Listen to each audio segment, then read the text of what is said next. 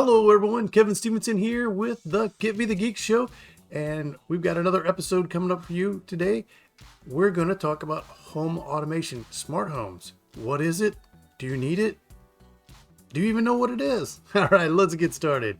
First off, I want to just say I love home automation. It's a passion of mine. It's interesting. It's fun.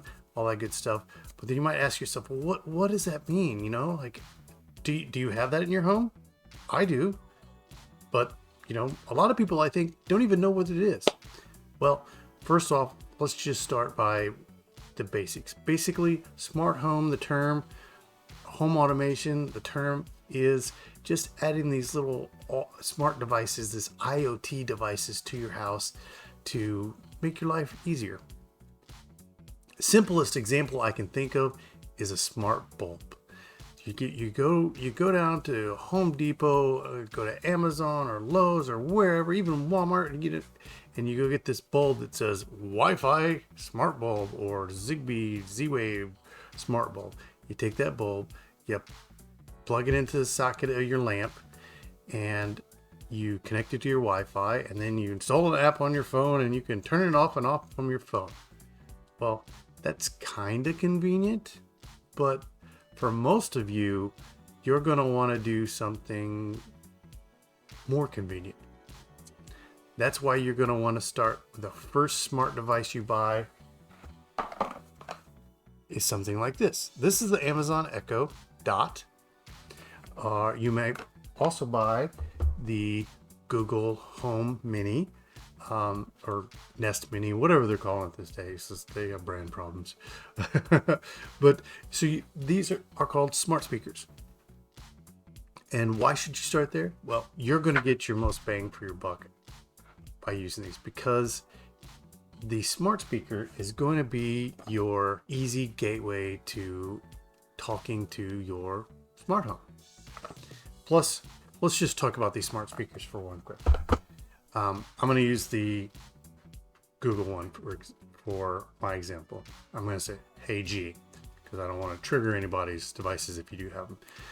What can you do with them? Simple. Here's a couple examples. "Hey G, what time is it?" "Hey G, what's the weather like?" "Hey G, turn on my lamp." "Hey G, turn off my lights." So those are examples. And if you notice, those last two ones were where the smart bulb comes into play. So you get your smart bulb, you get it connected, you hook it up, you do the little bridge between Google or Amazon Echo, and then you can say, "Hey G," or "Hey Madam A, turn on my light," whatever you name the light. So that's the easiest entry into the system of smart bulbs. And then you go out, you put them all throughout your house. You got bunches and bunches of lights. Every room has a smart bulb. You walk into the room, and you've got a speaker in that room also. You say, "Hey G, turn on my living room lights." When you go into the kitchen, "Hey G, turn on my kitchen lights." So, like I said, that is, I think, one of the most practical uses for smart home stuff. But it can go farther, and it can get more complicated, and it's not too bad, honestly.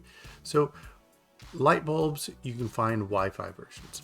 Smart plugs, which are just basically power strips that you can plug in, and they're Wi-Fi connected or Zigbee Z-Wave, and I'll talk about those in a minute. Connected, and you can say, "Hey G, turn on smart plug 1." And maybe you hook up your Christmas lights to it.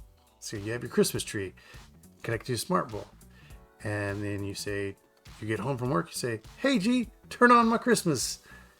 And boom, your Christmas tree lights up. So what else can you do with these things? Well, you can set timers. You can set a timer on Hey G or your Google Home or your Alexa. Echo. And you can say, "Set a timer for 20 minutes. But that's not what I'm talking about. Maybe you want your Christmas lights on from 6 p.m. to 2 a.m. And so that's a home automation.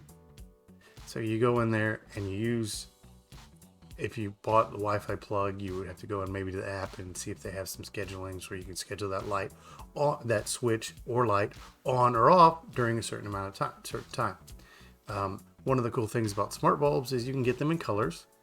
So if you want to go Christmas themed or Halloween themed, or I don't know, whatever, you want to just make it red, you can. And so that's all part of that. So like I said, I'm focusing on the lights and the switches here because I think those are probably the most convenient for people to start with. But there are other things. Like, for example, see this here? Yeah. So this is let me get it in the picture. This is an open close sensor. Let me just open that up here real quick and let you look at it. So it has two pieces. So two pieces, this one and this one. And basically all it is when those two pieces are together, the sensor's closed. And when they're not together, the sensor's open. So what does that mean? Well, in your home automation, you can put that on a window. So you know where the window's open or closed. Maybe a door, when the door's open or closed. Anything like that. Cabinets. Maybe you got a cabinet that has the candy in it, and you want to see when the child opens that cabinet door, and then you can do a home automation by like a little alarm siren and be like woo woo woo, or you could maybe even have your Nest Home speaker say, "Step away from the candy."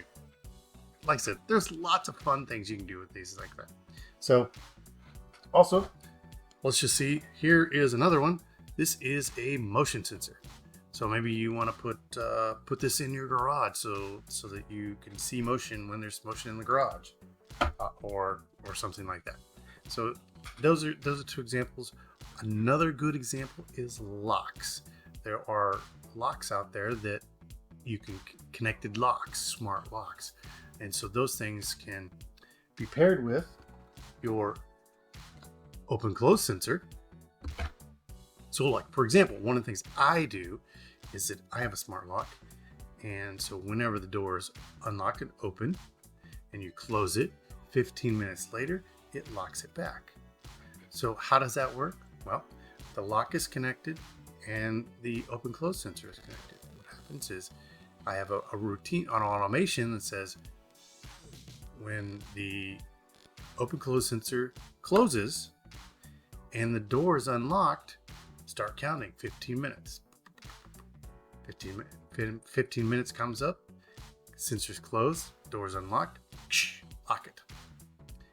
So those are examples of things that you might want to do and the reason why you might want to have smart home. Now, let's get a little bit more in depth. So what I just described with the lock is not really possible on Wi-Fi. So you will need a hub, something like this, which is a SmartThings, Samsung SmartThings hub, or something like this, which is a Wing hub, or my personal favorite and the one I use is the hubitat. So what are those hubs? What do they do? Well, basically, Wi-Fi sucks up a lot of power. So little switches like this, the door open close sensor, and like the motion sensor, light sensors, temperature sensors, things like that, are very low power and they don't do a whole lot. And so spending all that energy on your Wi-Fi connectivity means that the batteries don't last long. So their solution is Zigbee and Z-Wave. So you don't really need to know what those are, other than those are just like Wi-Fi but low power. And that is why you need one of these guys, because they have Zigbee and Z-Wave radios in it, and they connect to your network via Ethernet or Wi-Fi, and then you have that hub. And so then there's this app that you install on your phone or your tablet or whatever, and then once you have those smart devices connected to the hub, you can go and make your automation routines like I did with the door. So that's sort of the basics of what home automation is, what smart homes are, and why you might be interested in it. There's a lot more, but I felt like I needed to kind of give a basic overview of what that is. And so now, that being said, if you want to know more about the hubs, I have another video, so go check that out. It's on my hubitat, and it's my home automation journey. So you go check that video out. I've got a couple other ones on some cameras and a few things like that. So check out my channel. I've got more home automation, smart home stuff coming soon. So stick around for that. Stay tuned and visible that, and stay tuned to see that. This has been a short episode of Get Me the Geek Show, focused on home automation. So I hope you enjoyed the journey with me. If you have questions about home automation, and if you would like to know more about this, go ahead and comment. We'd love to hear about that. And we'll see you next time.